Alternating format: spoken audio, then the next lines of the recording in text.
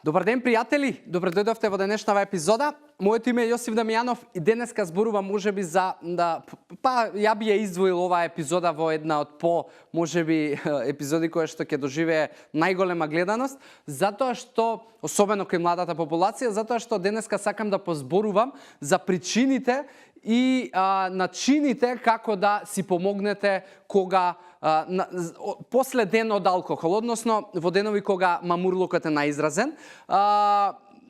Темава ми дојде на идеја да ја зборувам затоа што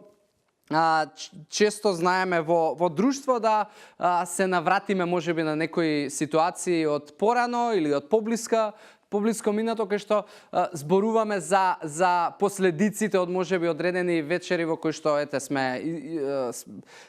биле во поопуштена атмосфера, кај што следниот ден сме ја плаќале цената, а тоа плаќање на цена дефинитивно во најголем дел зависело од количината на алкохол која што се пиела во претходниот ден и претходната вечер. И ја не сум човекот кој што ќе ви каже за да избегнете мамурлук треба да пиете помалку алкохол, затоа што мојата филозофија на функционирање и на живење е дека што и да правиш во моментот, прави го до крај. Ако си во дружба, дружи се до крај. Ако моментално работи до крај, направи го тоа 100%, дај се од себе и некогаш тие 100% во некои случаеви знаат да бидат со висока цена. Но како и да е, сакам да ви разјаснам и малку понаучно, затоа што ако го гледаме алкохолот нутритивно и како се произведува, во најголем дел алкохолот е практично етанол и етанолот се добива преку ферментацијата на шеќерите од кои што се прави алкохолот од одредените растенија, кои што се, да речеме во нашиве простори, најпопуларно е грозјето од кое што се произведува алкохол, но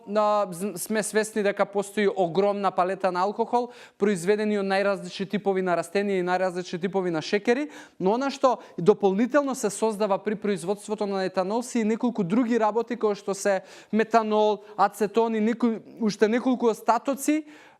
и соединенија кои што воопшто не се добри да ги внесувате во телото, иако се во трагови, но сепак, иако се во трагови, тие практично го прават и мамурлакот. Сега, еден од чекорите кои што јас би ви го препорачал за да можеби го избегнувате тој мамурлак е да избегнувате обоени пијалоци, затоа што обоените пијалоци се оние кои што имаат најголем содржај на метанол и алкохолите кои што и практично содржат најмалку метанол, можеби и воопшто ви се водка и джин, така да тие се два пијалока кои што некој од вас ако ги преферира, ете му супер информација, затоа што водката и джинот најверојатно ќе предизвикаат најмалку мамурлук. Нормално, ако се претера и тоа е тоа. Мислам, мамурлукот е неизбежен, но во секој случај ова се некои детали кои што може да ви помогнат. Од друга страна, постои една поговорка која што вели клин со клин се избива и тоа не е случајно кажано, односно ако сакате стварно да избегнете мамурлак, можеби и е до негде паметно да пробате следниот ден да се напиете повторно од истиот алкохол од кој што страдате, затоа што се случува? Метанолот кој што кружи во вашето тело, после одредено време почнува да се конвертира во формалдехид и формалдехид е всушност соединението и супстанцата која што го предизвикува најтешкиот мамурлук и главоболките, и мачнината во телото и така натаму. И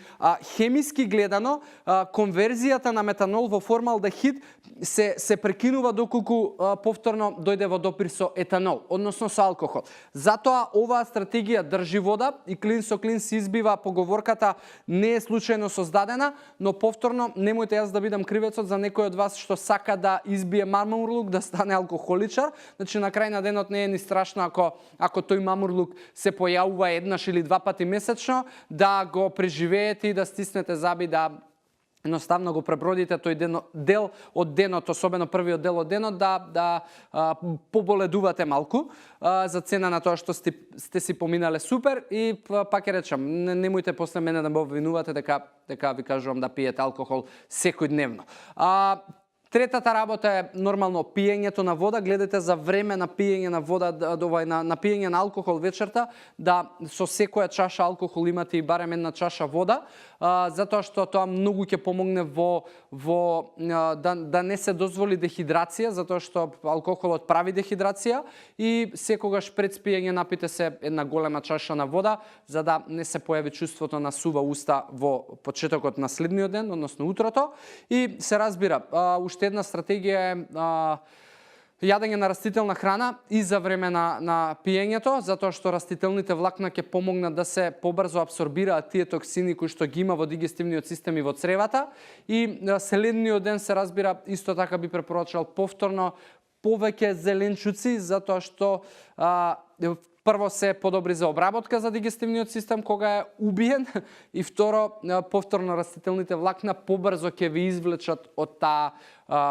состојба на мамурлак, немање енергија и лошо чувство. Така да тие се 4 стратегии кои што јас би ви ги препорачал и нормално пета стратегија, пак ќе кажам, не сум ја човекот кој што треба да ви каже пите помалку и тоа е совет кој што е клише и мислам секој од вас го знае тоа, но ако не го слушате овој петиот, еве ви други 4 стратегии кои што најверојатно ќе ви помогнат да се чувствувате малку подобро. Така да, дечки,